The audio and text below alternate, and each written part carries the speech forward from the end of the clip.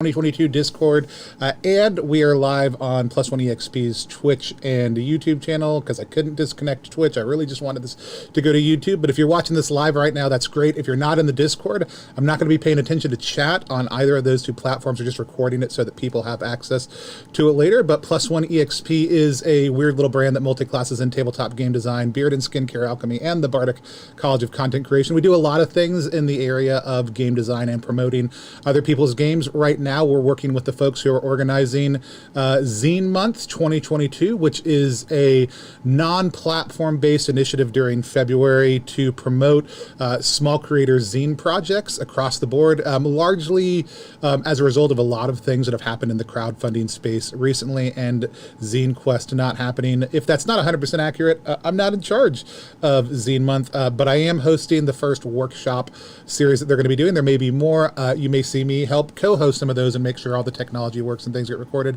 But I don't know yet. We're going to focus today on making press kits, why press kits matter, and a couple other things. With that said, I'm going to start now totally ignoring the fact that I'm streaming and really just focus in on the Discord. So if you're watching this live, hop over on the Discord. I didn't put a link in the description because I didn't think about it, but look around on Twitter, you'll find it. All right. Can everybody on the Discord hear me still? That didn't ruin anything or anything else like that when I was getting all that set up and ready to go, did it? We still good? Workshop chat, there we go. All right, cool.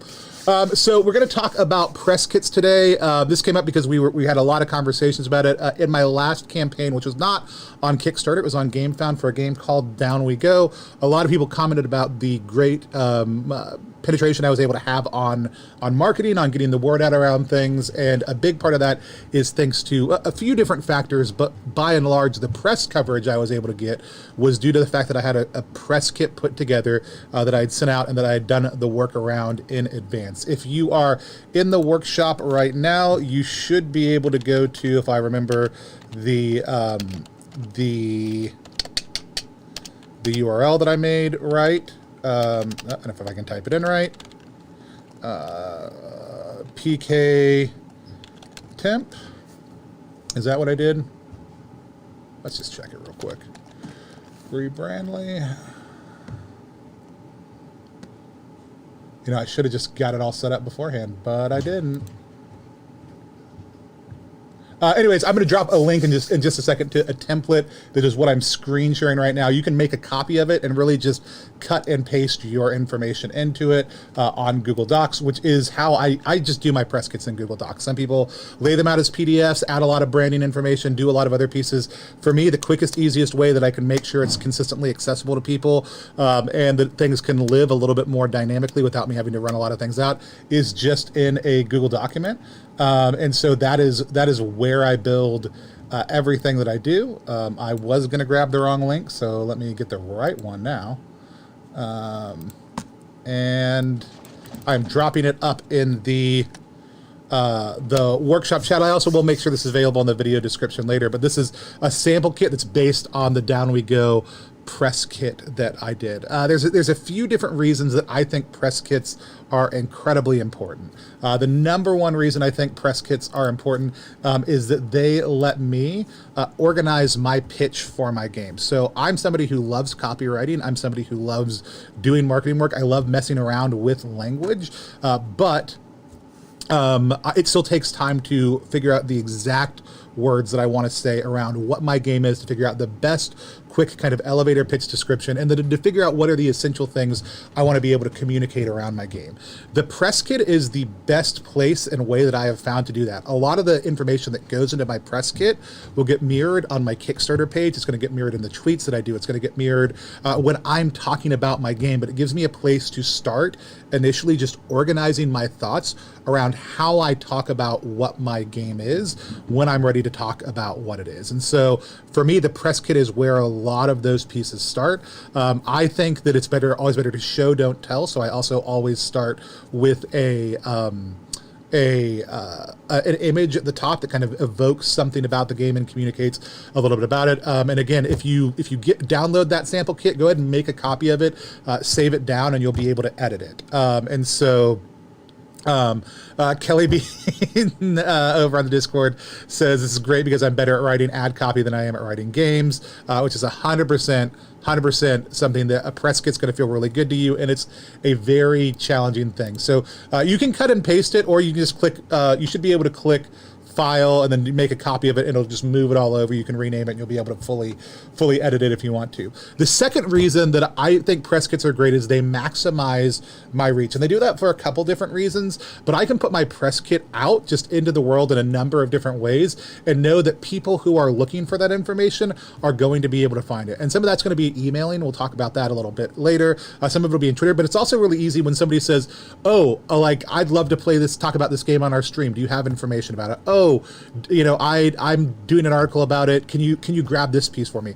The press kit takes all of the things that people commonly ask for and they put it in one location. So no matter what somebody's asking for, if they just want a quote, if they just want an image, if they just want whatever, all that stuff is already in one place and I don't have to go find it. I can just give them the link to my press kit right off the bat and give them what they need and probably a little bit more. Which goes to my last point, is creating a press kit. And this is the number one thing for me, and it may not be the case for you. It reduces the mental load for me around marketing my game. What do I mean by that? I have what is oftentimes referred to as low executive function. I am bad at executing on tasks. And you might look at the stuff that Plus One does and think we do a lot of things. That's because it is easiest for me when I am spinning between a whole lot of different things. But pushing something across the board oftentimes is very difficult. Once I have my press kit done, I don't have to go find things in a lot of different locations. I for everything I do, just like with the link that I dropped, create short links that are pretty easy for me to memorize, even though I obviously struggled with this one because I just created it 30 minutes ago and couldn't remember exactly what I did. But I use things fairly kind of procedurally and formulaically. So when somebody says, oh, I'd love more information about that, I don't have to remember to get back to that person. I can just drop them a link right away that has that information in it, right? So if you are somebody like me who has low executive function, but then that's great. If somebody has high executive function, you're probably not going to struggle with why you should put a press kit together because you're going to know the benefit of having all that information easily and cleanly organized. So that's my big pitch to y'all kind of in this whole process, is that it's going to organize your pitch. It's going to maximize your reach. It's going to make it easy for you to put the information out there to an email list, to a marketing group, to people who play games online, all kinds of things. Though you can easily just push it out to them. But it also, the biggest thing for me is it reduces my mental load and makes it so easy to do. I'll talk a little bit specifically about why people who have gotten my press kits have responded very positively, and then we'll do a little bit more. I didn't realize there was a limit. Barney, we'll have to get you the recording, or I will say this: if you want to go, you can go watch right now. I just won't be able to respond to you. It's going live to YouTube right now. So Barney, Hotch, people who showed up recently, if you're not in the chat, if you want to go over to my YouTube, you can't hear me. Dang it. I'm streaming to Twitch and I'm streaming to YouTube. Thank you, TLN. I stressed I was saying where they could go and they can't get in. So with that said, yeah, Twitch or YouTube are going to be the places you can go right now. It's going live to watch it. So that's the overflow room. And you can still chat here and I'll see these messages. If you put them in over there, I will not see them. Thank you for dropping that link, TLN. So that's, as I said, that's why I think you should get a press kit. It's a great tool. I pulled my press kit knowledge largely from the podcasting space, from a media person talking to other media people about what we do, for pitching sponsors, for a lot of other stuff like that. So that's where I pulled from. Oh, that's a horrible screenshot. That is the creepiest screenshot of me I've seen all day long, because I've seen some creepier ones earlier this week. With that said, let's dive into some of the specifics of what I put in my kit. I'm going to go through it real quick, and really then we're going to take some time for questions. We're going to take some time to actually just work on it together. Through the Void, we started itch funding today, which I am going to go ahead and drop the link for Through the Void into the thing. So if you're appreciating what I'm saying, you want to help support what I do, you can go to http. It's the links on the screen if you're watching on YouTube or Twitch right now. ttrpg.link/TTV to go right to Through the Void, which is my current crowdfunding project. I won't be doing anything during ZiMo except for supporting y'all with content. And so Trip Fork says this piece about working with low executive function really resonates, and I got to fight my own low executive function and go add some groceries. That's awesome. Come back and watch some more later. Yeah, a lot of creatives. It's something we all struggle with. But I'm gonna kind of cruise through this. I am sharing this in the both to the. Let me make sure before I say that. Yeah, I am sharing this both to the live stream as well as in the chat. So if you want to look at my thing a little bit more closely, I'm screen sharing it. So this is the Down We Go press kit, right? At the top, Down We Go launches on GameFound 8/31, right? That's what I wanted people to know. I wanted people to know, most importantly, here's the thing I'm talking to you about. Here's what it is, here's what it's doing, and here's when it's doing it. It's the number one thing, especially for press. They need to know if they're going to fit it into their lineup, whether they are writers, whether they are reviewers, whether they are whatever. That is the main piece of information I want to communicate.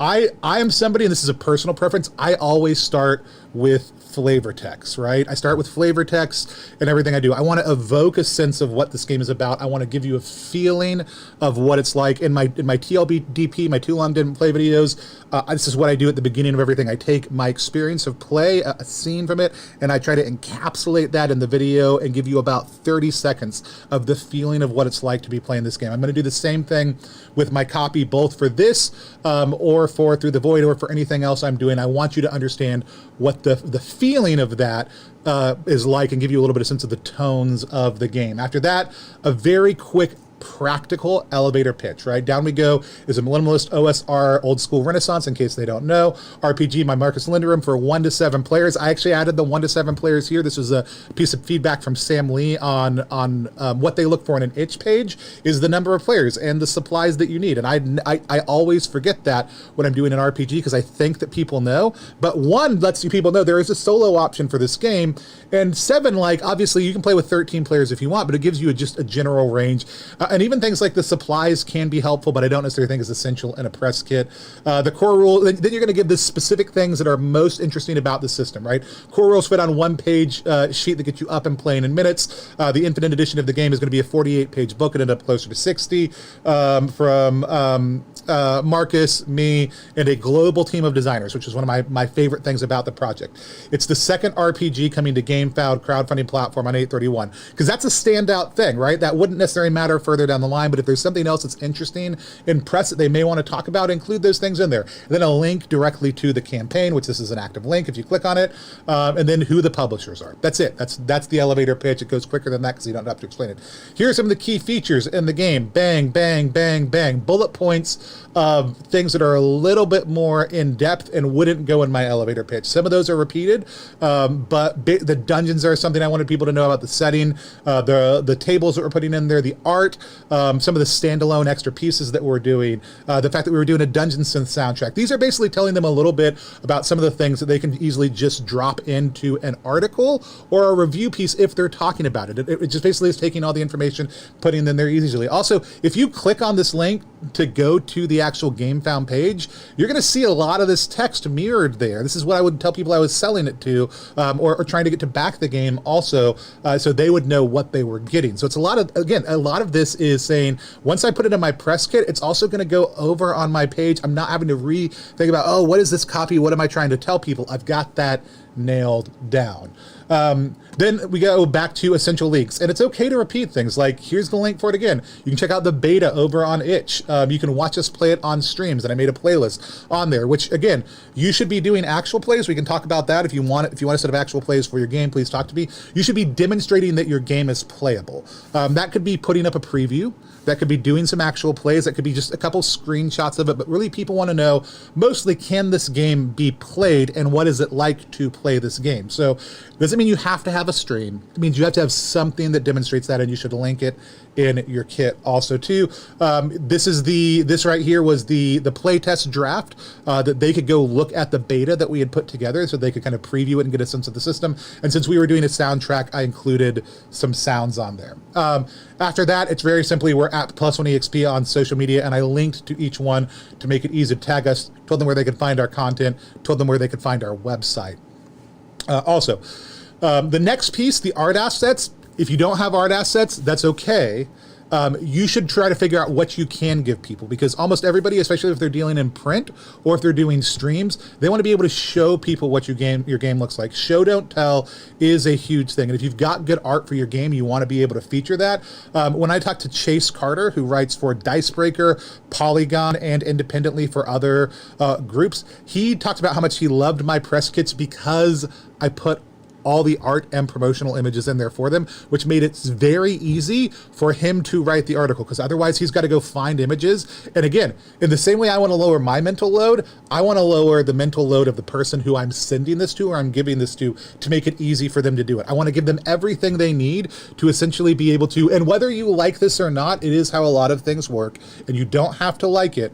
But a lot of people are saying, they're like, what should I say about your game? They may not be able to play it, but they'd like to cover it. And so giving them images they can just easily use or crop in, and then giving them quotes and things that they can just drop in kind of in a regurgitative fashion is a good thing, because it gets them most of the way done with their article, and then they can go through and add their voice in, or they can add their voice in and finish it out with those things. Make it easy on you and make it easy on them to get your game covered.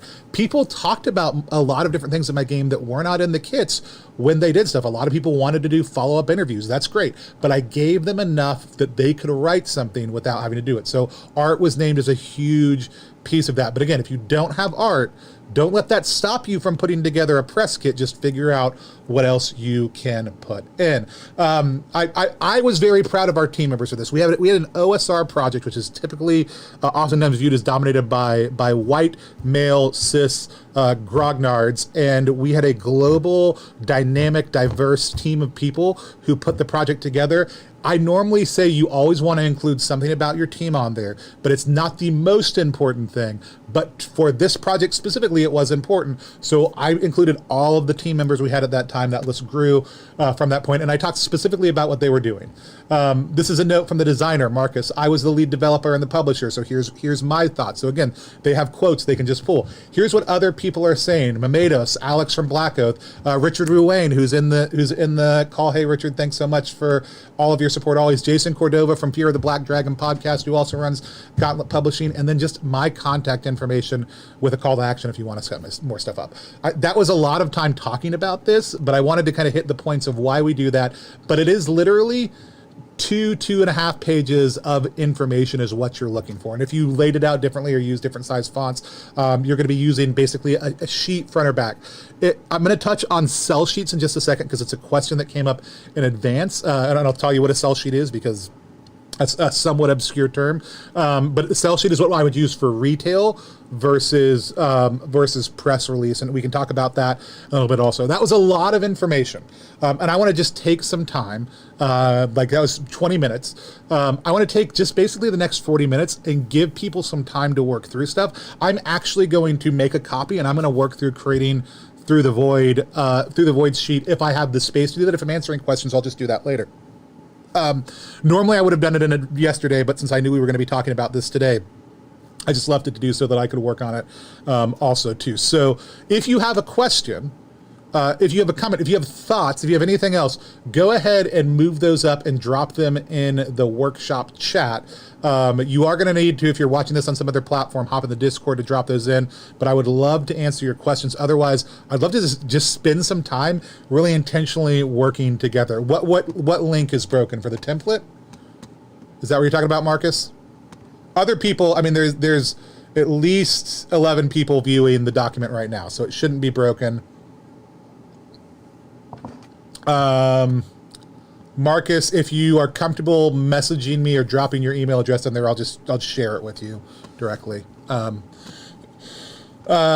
it shouldn't be broken. Pandion says, for art, a lot of time I'm writing ash cans without artwork, and until things get funded. Usually I have a logo with good typography and clean layout. Would I recommend adding the logo, PNGs, and key pages as images? Yes, that is fine. You might, if you can get mock-ups done of the pages so they kind of look like they're in a zine, I would say that's a bigger win. But if it's just layout, if it's just logo, if it's placeholder art, right? You can't send them art that is somebody else's. You can't send them like placeholder art that somebody else has the copyright to. But if it's just graphic design work that you did that you want to drop in as for right now, and that's a great thing to note. Here's the current art assets. We're funding to create art. This is just placeholder. Just make sure you note that so that they know, because they will probably note that in their thing. And if you've already figured out what artist you're going to use, ask that artist if they have 2 or 3 sample pieces that they would feel comfortable with you dropping in as examples of the type of work you're going to be created. Sometimes they will, sometimes they won't. That is up to you. Meatcastle says, I've never heard the term Ash Candidate until today. What's it referring to? A zine game without the art or just text? So Ash Can is a broad term. It's oftentimes a very polished beta. It might mean that all of the things in it are done, but we're just going to go back through and add art. It might be like, here's our full initial concept, but we need to do more play testing. It can be, here's a lot of art, but only a third of the game. Ashcan can mean a lot of different things. It's what we would oftentimes call a beta. If somebody else knows where the term comes from, that's great, but it's basically an unfinished version of the game. There's also no harm, no foul in using CC and public domain art. Low Country Crawl, yeah, did a great job with public domain art and things. Gonjito, who does phenomenal layout and graphic design, has a ton of free public domain art. Winnie the Pooh is also now available. Yeah, there's a lot of different things that you can use to for the term. Sorry, I'm getting Marco set up. That you can use for the term Ash Game, but basically it's an unfinished version of the game. And so let me see if I can share this with Marco. Oh, Marco, it's giving me a warning. Don't be a stinker. Share. All right, Marco, that should be on its way to you. You're right, let's remember to answer, how do you usually distribute press? I have not gotten into distribution yet. I really just wanted to cover this is what it is first. We're going to talk about distribution in a minute, but I wanted to give people a chance to ask some questions first. So you did not miss anything. And if people don't have any other questions about what goes in a press kit or why or anything else like that, we'll go ahead and hop a little bit more towards distribution. Any other questions on what goes in it or why? While I'm giving some space for that, I am going to share this with you. Oh, hold on. Here we go. I'm going to share this with you. This is the Duckborg Press Kit. This is by Gym Room Games. I am a big fan of Gym Room Games. They have a different take on press kits, but it is a lot of the exact same stuff we just talked about. They actually build it out on their itch page, which is very smart if you're using itch as your primary platform. It is 100% a phenomenal place to boot on. Hey, it's Dan Phipps. They know that guy. I have played this game. This game is wonderful. So again, fact sheet right at the top. Developers, Gym Room Games, Nerdy Paper Games. You can link right to both of them. The release date, the platform, which is an itch-specific thing, but what this is and how you play it, price, and then a link to it. Right, same type of stuff. Game description. Again, that this is what it is at the top. They do a little bit more about Merkborg and Duckborg. They go down here. You've got the great art along the side. Again, to be a really great thing. Key features, same thing. Bullet point. More about the developers, more about Nerdy Paper, and then again, press quotes, things that people can just pull and drop in. So this is what Dan says, this is what Callie says, this is what Rob says, right? Things other people have said, the exact same kind of things, and then again, a link to the assets. High resolution art and logos can be found here, which as a streamer, this is very helpful because it lets me have the things I need to build overlays and stuff like that, as well as it being great for press folks also too. And again, contact information. We're doing a very, Gym Rooms and Plus One do things very similarly. We just release it in 2 different ways. And in all honesty, it's not a bad thing to have both. Like, it's not a bad thing at all to have both. But since this is a website, it's easy for people to access. It's easy for people to pull from. You just want it to be easily accessible to people. And I would actually say the major advantage of what Gym Room Games does over what we do is if itch is a primary platform for you, it's pointing people to your itch page, and guess what they can do? They can just hit follow. And then when you release your next press kit, they're going to get notified for that. And it also lets you do kind of a follow-up ping on people who have already found the game or maybe are following you but didn't know about the game. So there's a lot of really great things that building it directly on itch can do if itch is a platform for you. If you're a drive-through RPG person and itch isn't your ecosystem, then I would just recommend a Google Doc. But it's a phenomenal way to distribute it to other folks. Okay, so we got a couple questions that came in. How and can should I prepare a press kit if this is a solo project? Obviously, there's no other team members to highlight and no other designers to get quotes from. So how can I change that? So Mars, that's a great question. One, go ahead and put a couple things in from you. If you have play testers that have done it, then go ahead and have those play testers give you some pull quotes. I love giving people pull quotes. If you send me a copy of your game and whatever, as long as I can grok it with my brain, I love giving people pull quotes. I can't do it for everybody, but when I have the bandwidth, and if it's a small project or a simple game, I'm happy to give a pull quote for you. And lots of times I'll whip up images for people if they want something to drop on their site that's like a formal looking, like +1 says this, right? Like that may or may not be helpful. But really honestly asking people, hey, I'm looking for 5 people who might make a comment about the game that I've got. Playtesters being the first one, but other designers can be a really good thing. So even if it's just you, that's fine. You're going to give a lot of that detail in what you're excited about, because my quote is me talking about why I'm excited about the game. Your quote should be the same thing, but getting other people to just toss it on that is where I would kind of just double down on. Any advice for a zine that's not a game? We do a journal-like anthology that's an essay on topics within TTRPGs. I think a lot of the stuff I'm pulling from, like I said, this is stuff I learned when I was doing podcasting. And it's really just about gathering the information. So the quotes that you're doing, what it is, the description, other things like that, you're not going to provide system information. But also if it's a journal anthology, I might pick one of those pieces of the anthology or part of one of those pieces, and I might include that whole page as just a sample of like, here's what it is, and here's why we think this is important, and here's what it is. So you're just, again, wanting to show what the project is, more so than you're wanting to worry about the specifics of it. If it doesn't make sense for you to include one part of it, then it doesn't make sense. Ashcans come from JP, says Ashcans come from a comics way back, little quick, cheap published stories to get trademarks going for characters. Awesome. Also, should there be different, this is from Mars again, be different additional things if it's one's first larger public project? You can include that. This is, we've done a few small things, or this is our debut project. Those are things to be excited about. Those are things to feature at the top, and I think that's great. Dan mentioned something about Google Analytics. Any advice for those of us not in the gaming space? Art zines, political zines, asked and answered. Yeah, figure out what makes sense for you, Zil, and work that in. If you want to have a specifically dive into that, I would say it's great. But essentially, I'm extracting system information, and then I'm figuring out what's important, right? Which might be a little bit more work history. It might be a little bit more about who this game is targeted towards, right? I might talk, especially in the political realm, about what are some of the issues that we're passionate about, and some of the demographics that we're seeking to serve. Those things can absolutely matter. Jimmy also says you can add your Google Analytics ID to itch so that you can get both Google and itch analytics. I get it. Y'all are better. You're smarter than I am. You're better looking than I am. I get it. With that said, let's talk a little bit about distribution. Where are you going to send this? Now, there are a number of people who have access to different lists. It's good to start building your own, or to start working with people to build your own.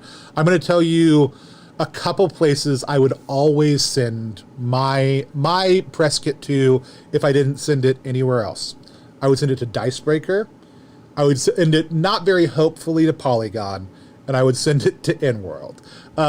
I also have built out contacts of people who I like to work with, whose writing style I love. If I read an article and I see that somebody wrote it and I see that they're reviewing a system, I'm going to go add that person to a spreadsheet I have of my press list contacts, and those are the people I send it out to. If it's Merkborg related, I would send it to Liber Ludorum, who should drop their link in the workshop chat right now so that people know that you exist and can go follow your work. because I know they're watching. But it depends on what it is. So then I'm going to look at those kind of big 3 places I want to send it. And then I'm going to, I have a list of about 30 other places that I send it that are places I've developed relationships with, or have submitted things to before and had covered, or other things like that I just developed over time. Some of those are personal contact information, so people I have relationships, which is the only reason I'm not like going to be like, here, you can have this. Otherwise I would gladly share it with you. But again, Dicebreaker you should absolutely send it to. In-World, you should absolutely send it to. Polygon, you should send it to, but you should also think about like Geek Native and a lot of the other sites that do coverage oftentimes have open source things. And again, there are people who cover content specific to certain systems, like Ludorum, who does cover broader things, but does a lot for Merkborg also too. And so there are a bunch of review blogs out there. And again, there are lists of those that are publicly accessible. And if somebody has one that they want to drop in, if you have a resource where you're like, here's a place I've gotten really good for, please feel free to drop those places in the chat right now. It'd be really helpful because we can go through and kind of cull some of those later. But those are some of the primary places I'm going to do it. I'm also going to go to social media, and I'm going to post out, I'm looking for reviewers. I'm going to go to reviewer groups on Facebook. And here's the thing, a lot of us think TTRPGs live on Twitter and Discord. They do. E-commerce and games management lives on Facebook. There's tons of review communities. There's tons of Kickstarter communities. There's tons of crowdfunding communities. There's tons of other things that are specifically designed to go and say, hey, here's a game that I have coming out. I'm looking for reviewers. Now, are there a ton of places that that RPG coverage for that specifically? Not necessarily, but you're going to find people. Oh, I didn't forget to mention one person you should send it to a second ago when you're looking for reviewers. You send it to Tony at plus1exp.com, because I would love to set up an actual play or an interview or talk to you about our review services. Like, I would absolutely be thrilled to talk to projects big or small about those things. We have worked with $1 million projects. We have worked with $1,000 projects, and we're happy to cover people however we can. So absolutely, please drop it to us also too whenever you're doing it. So there's a lot of those different things you can do, but if you're not on Facebook, that's fine. If you don't want to be on Facebook, that's fine. There's a lot of games community stuff that happens on Facebook that is especially good in the realm of getting attention for an upcoming release. And so if you want a list of recommendations as far as good groups to get involved with over there, based on your project, feel free to message me later, and I'll happily get you that information for your thing. So that's distribution. It's going to be emailing it out. It's going to be pushing it out. I'm going to tweet it out. I'm going to drop it in some Discords. The Beggar Talk community, if you're not in it, that's fine. And I don't know that it's fully open yet or not. These are people who cover games on TikTok. I will go drop the beta versions of my games in there when I'm getting ready to do big crowdfunding pushes in order to start getting coverage on TikTok. And actually, I see tons of good traction for especially my game iToaster, which is a brave little toaster inspired RPG on TikTok. We just released it through Exalted Funeral, so a lot of people picked it up. Last summer, but like a lot of people picked it up there, and we're doing a review copy about it. I've had people arrange their appliances playing my game and making TikTok about it. I've had people do pull-throughs on it. There's a ton of great communities. There's a bunch of great reviewers on TikTok who love doing it. And those give you, like, you just save those videos and ask the person permission to pop it up other places, and they're most likely going to say yes, because they want their content to get out there. So there's a lot of cool places that you can do and think about, but there is a great community. If you search the Beggar Talk or Beggar Teach hashtags on TikTok, it's another great way to get in touch with small creators. And again,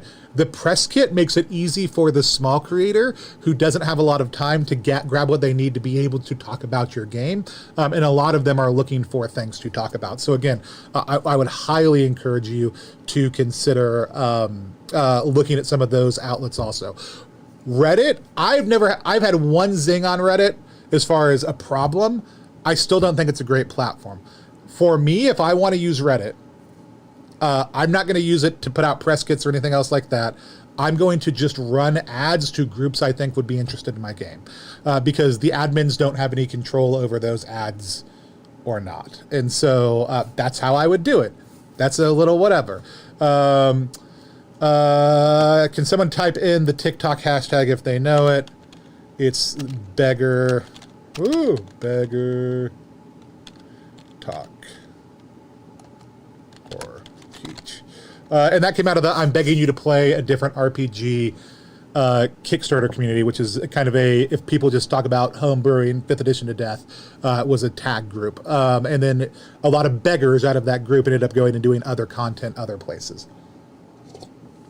But again, small creators are greatly benefit you with that. I had somebody who was an Instagram creator who was willing to do a sponsored post for $30, and that's a cheap thing for me, and it's not for everybody, and that's okay. It didn't convert that well, but I was happy to support a small creator who was doing promotional work on a platform, and I don't post enough on Instagram, so I was like, if you've built up a following of board game and RPG people on Instagram, and you are reaching out to me because you like the look of the game, and that's great.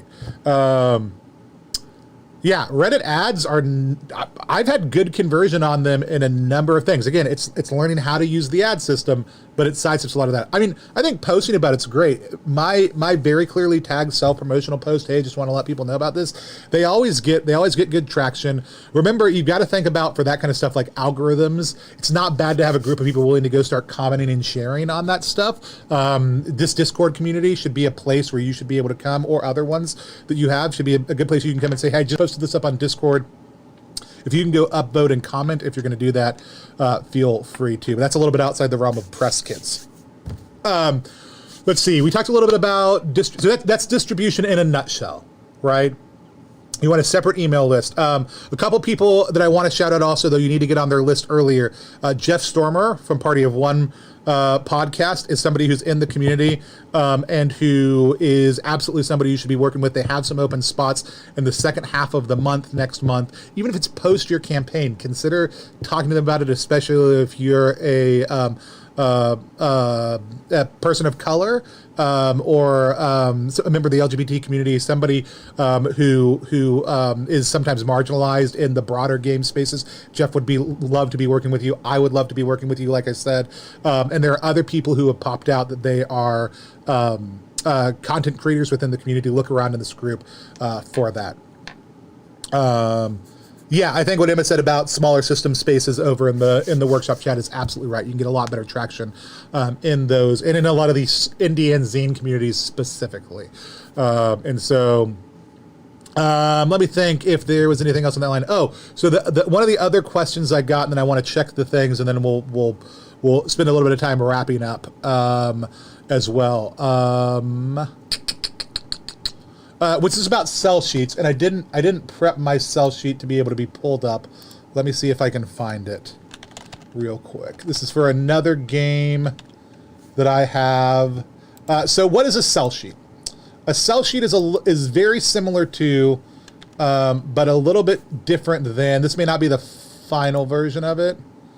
Open file location and. See if this is it. Open with. I want to open you in Google Chrome. Yeah, so this is a sell sheet for a tabletop game. This is not the final version of it for sure, right? But this is a sell sheet. This is a produced one-page thematic.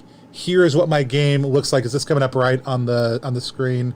Yeah, for a game I have called Brand Standing, which is a fake business pitching game where you basically build a brand narrative, and it's kind of like Shark Tank. You pitch for funding over 5 rounds. If anybody wants to play this sometime, we'll have it funding later on, very late in this year. We'll have this up for funding, but it's a game project we've had for a long time.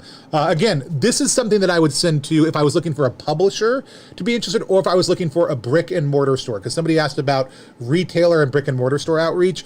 This is more along the lines of what I would send to them. Now, this is not an RPG. I don't have one for any of my RPGs. I should make them for my RPGs, but I don't. This is one page that has some of the essential information you need on the game. It shows people playing it. It shows images from the game. It shows some of their stuff like that. Again, it's the same type of information though, but it's much smaller it's much tighter, right? And typically on this, if this was one that I sent to a publisher, I would probably have eliminated some of this information, and I would include what my retail costs are, what my MSRP are, what my bundles are if I have them, where they can find information, but basically the kind of stuff a store owner would need. I think sell sheets are far better for retailers because it is quicker information, and it's almost the type of thing that they could pop up in the store. It's a lot of what would go on the back cover or the back of a box, or the back cover of a zine about what it's like to buy or sell this game. This is what I would look at if I was doing outreach to retailers, which somebody had asked in the workshop chat before. So I wanted to cover that as well. And so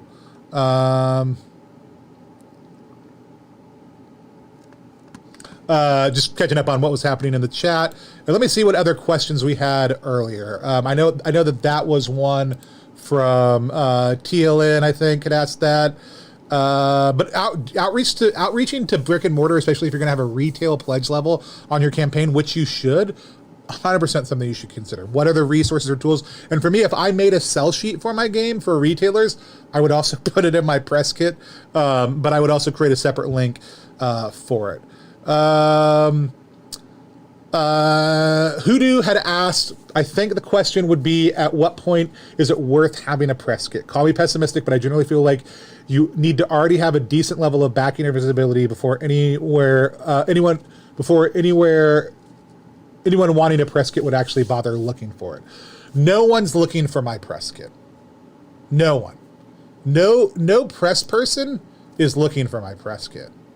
That's not why press kits work. Press kits are for me. Now, I want to make their job easier, but realize, especially over the course of the next couple months, tons of people will be submitting press kits, right? The better your press kit is, the easier it is for you as a small creator to get coverage from somebody. If you don't have any, like, if I'm Wizards of the Coast, I don't need a press kit. I can say, hey, I'm releasing a new dumb big book. And people are getting, I have feelings about Wizards of Coast. People are going to come asking for press information. When you're big, that's when you don't need it. Now, they're still going to have one because it's the same thing. They just want to be able to whip it out. But small creators, you are the ones who want to press kits. But again, remember, press kits are about organizing your pitch and your thoughts. They are about maximizing your reach, and they're about reducing your mental load. Those are things that impact small creators, not big creators or medium-sized creators. But like Possum Creek Games, the creator of Wanderhome, guess what? They're going to do press kits and press releases for your Bezos bed and breakfast. They're going to Mothership is still going to do press releases and or press content and press packages for things that they're putting out. That's part of what and how you do things, is you put and gather that information together and make it easier. Because if you don't have it, like when Jarrett and I work on stuff for Exalted Funeral, I go and have to gather a lot of that information. It would be great if a lot of that information was just put together. But I basically have a template that I send to the creators that we're working with for like Funeral Party that have a lot of these questions and are just fill in the blank so that I can just gather all this information from them real quickly. But if one of them was like, oh, here's my press kit with all that information in it, oh man, that's awesome. That makes it so easy and so helpful. So I would say it doesn't matter what size you're at. We think about this something that is good for big people, but again, especially if you're looking for coverage, make it easy for people to give you coverage.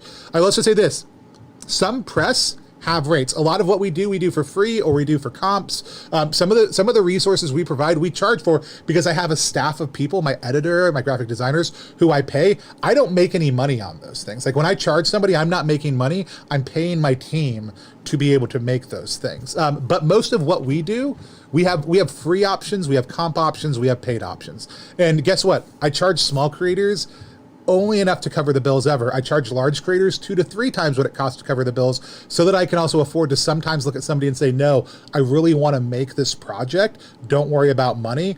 I just want to work with you. I want to cover this game. It looks amazing. And it gives me the capacity to do that. So please, please, please understand that if you are a small creator, sometimes you're going to want to work with people who do charge in order to get that. You may not have the budget for it. That's fine. But again, there are people out there who sometimes their fees are like $10 or $20 or $30, and it's really just to cover a little bit of their time and energy. That's fine. If you don't want to do that, that's also fine. Navigate the options that are going to work better for you. But again, my press kit is basically my pre-template for my crowdfunding page also too. So again, I think it's a great idea to start cataloging those things in advance. Let me make sure I've got all the rest of the pages. How much is social media 101 should be baked in press kit? Like, please post about this project to your followers. I don't provide a lot of, this is from John in the questions that were submitted early. I don't provide a lot of like, here's the specific text, but by giving them social media formatted images and by giving them the core, this is what it is text, I give them the tools they need to be able to put that in their own voice. But I do think social media formatted images in addition to raw images are always a good thing if you can do that. And then I think that's everything. There are a couple recommendations on there. Let's see what other questions we may have had come in. Also too, yeah, Evil Hat has some great sell sheets. There's some great resources on the Pitch Project over on Facebook, which was a community that did this big kind of learning course on how to put together them for board games specifically. It's a community I went with when I was developing that one. I didn't necessarily learn a lot from me, but it was great to have that community of support, and they put out some really good resources. Max had success submitting their press kit for Hanukkah Goblins to Jewish newspapers. Again, yeah, think about who cares about your game who may not care about another game. Like when I was releasing Beards and Beyond, a very hairy RPG, which you can find at ttrpg.link/beards, or Beard RPG or something. I don't know. I'll find it later and drop it in. You can just search Beards and Beyond or go to +1games, +1.games. But like I posted about my beard-centric RPG in a lot of beard groups and sent it out to some beard publications also and got some coverage and a number of backers that way. Look, if you've got a niche theme or a specific demographic that you know your game is going to hit, send it to people who cover that, even if they don't cover games. Since so many game journalists might be overloaded in the next few months, what are some places where creators should be sending their kits that don't reach out to as much? That's why I mentioned, Richard, specifically the TikTok community. I don't think they get hit up often enough, and they do really great, really usable content. People who cover things on Instagram, reach out to Vintage RPG. Reach out to Vintage RPG. It's great. They do great coverage. They're gonna get booked up really quickly. They only have 4 slots probably to cover things, but John's in the community, and if they have space for you, they'll be happy to have you on. And remember, press doesn't just happen during your campaign. The best time to plan out your coverage is a month or 2 in advance at the latest. Sometimes you want to be 6 months out if you're going for really big coverage and big projects and other stuff like that. But I would say on average 1 to 2 months out is good. If you are talking about high density times, you want to go out further. If you are talking about, sorry, I got off. So the best time is a month or 2 out. The next best time is right now. And if your campaign is already done, you're not done marketing. So campaign finishes, you're marketing then.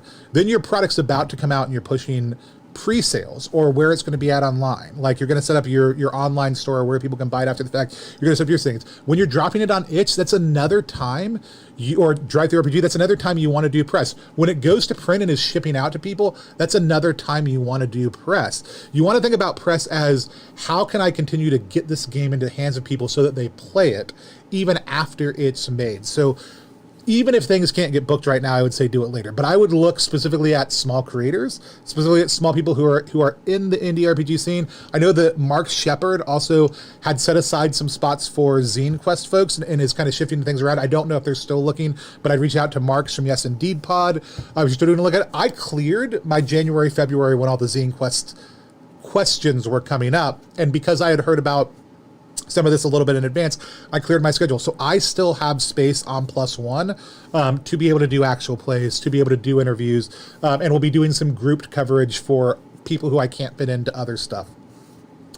So please reach out. Let me know. I will tell you, I prioritize people based on the amount, well, based on two things: diversity, how different they are from me specifically. Like I'm a straight cis white male. So if you're a straight cis white male, like you're going to go low on my totem pole. Your game might wow me though, and I still might love to play with you, but I'm going to prioritize other voices first. The second criteria is the amount of work I'm doing with people, because I'd rather do a few really big projects than do 100 small projects. Just mentally, for me, again, keeping that load as light as possible. That's one of the things I'm looking at. So if I'm doing an interview and an actual play and a polished review of your content, I'm far more likely to make sure I get you booked in than if I'm just doing an interview or just doing this or just doing that, because there's other ways I can cover your content that's going to get you about the same amount of coverage, but take less time for me, and that's some of our grouped stuff. So just be aware that everybody's going to have their own way of thinking about things. But if anybody else has recommendations for small people who they don't think would be overwhelmed, always feel free to drop those in the chat. Just scrolling through, looking at stuff. Thank you, Jimmy, for dropping that. Lawrence, Kansas is very zine-friendly university town. It opts to be the homeowner of Spearwitch. That's good to know. So let's see, we've covered a lot in this time together. If you have any more questions, feel free to drop them in. I originally, if we had more time, I was just going to sit on here and work. I am happy to take a look at your press kit when you are done. I'm happy to. I mean, if you just want input, if you want to send it to me to like get on something, that's great. I tend to work very informally. So sending me a press kit makes things really easy on me. But if you send me a link to your Kickstarter page, I'm very savvy or crowdfunding page or a copy of your game. I'm very savvy at looking at things, figuring out how good of a fit it is, and figuring out if we want to schedule something, and getting something set up. So, but that's because I spend a lot of time in this space doing this work. Oh, Joe DeSimone just messaged me. What is going on? That's a totally different question. Not at all related to this. All right. If we don't have any other questions, I'm gonna start wrapping things up. In just a second. All right. I was not. We are almost out of time, so we don't have a ton of questions coming in.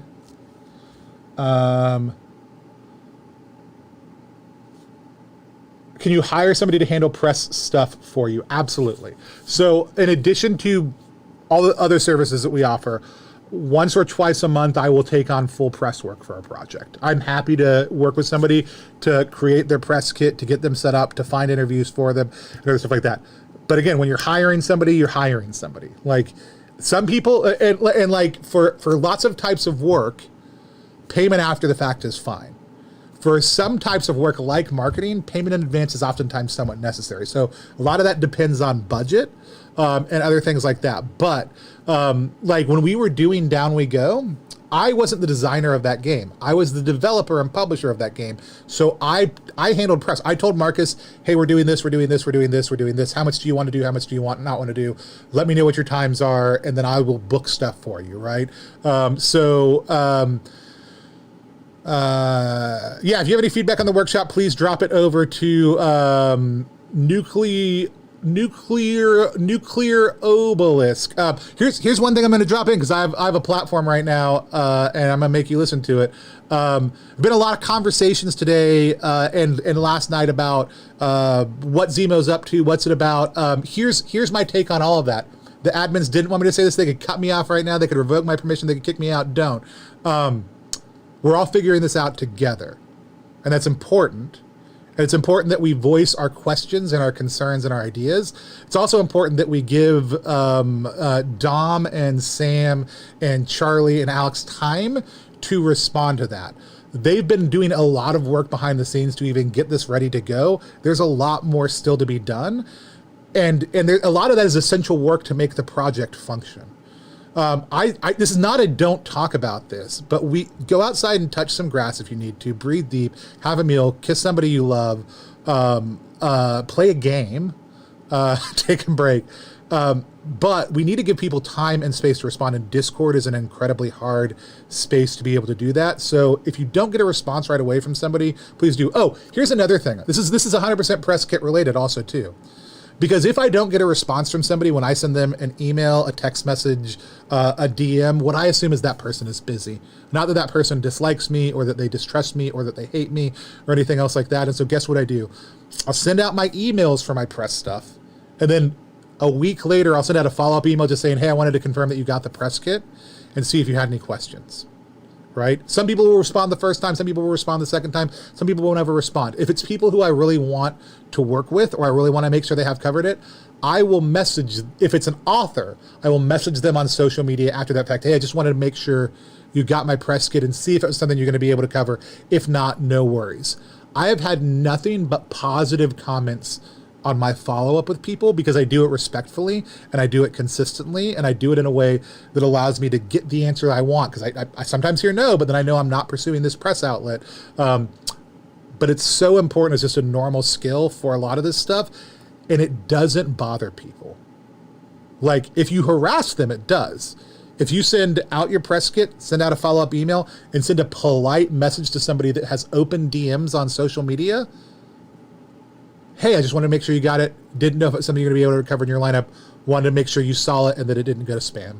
Let me know if you need anything from me, but I really just appreciate your time. Don't worry if you can't get to it.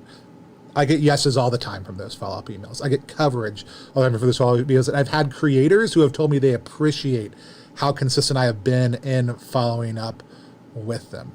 So, with all that said, I'm also going to go ahead and say, if you've sent an email in the last week and a half to the folks at Fairlanded Studio and they haven't gotten to you yet, doesn't mean they hate you, doesn't mean they don't like you, it means they got a lot going on their plate. If you've got thoughts and concerns about this, Discord is probably not the best place to talk about it. But I have offered and made available to Charlie and the team to know if they have conversations they want to host here on Plus One about ZiMo, they can. Plus One is not formally a partner or sponsor for ZiMo in any other way, shape, or form. We are huge supporters and advocates for it, though. We're also huge supporters and advocates for positivity in the scene and care for each other. So that's what I'm going to leave us with. Let's take care of each other. We're all trying to figure this out right now. And I think that means that taking care of each other, I think, means challenging each other and making things better. And that does mean speaking out when we have an issue or we have a question. And it means encouraging other people to speak up, but it means giving all of us time to digest and then respond, rather than just trying to go back and forth immediately to force a resolution. So that's all I'm going to say about all that. No one asked me to say that. They may be upset that I said it, but I'm going to say it because that's what I think. If this was helpful for you at all, again, my birthday is Monday. The best thing you can do, we've got a Ko-fi, you can go drop funds there. But right now we're itch funding Through the Void, getting the Ashkin and the beta stuff all together. So if you go to trpg.link/ttv, and back at any level you want to, or just grab a community copy because you want to check the game out, please do it. I love that support. Love to have you in our network. Anything you can do to help share the work that we're doing is more than enough appreciation and thanks. So thank you all so much for anything. People are talking about Reddit ads over on Twitch. I did see a Twitch thing, and let's see how I'm going to end this. Yeah, I don't know if we're going to have more of these or not. I'm happy to help host them, but again, I'm not part of the formal structure. So if the team wants me to, I'll be happy to manage the technology to make sure things get recorded and transcripts are made and all that kind of stuff, and help manage some of the dialogue too. But other than that, if you have more questions about marketing and want to work with Plus One EXP, DMing me on Discord is actually one of the best ways to get in touch with me initially. You can drop me an email at tony@plusoneexp.com. You can find everything we do at plusone.games. Thanks, guys. Boop, boop, boop, boop, boop, boop, boop. Boop, boop, boop, boop. I'll just take a second here to respond to some of the chat over on Twitch, because it's happening. It's happening. I think generally the conversation is Reddit sucks.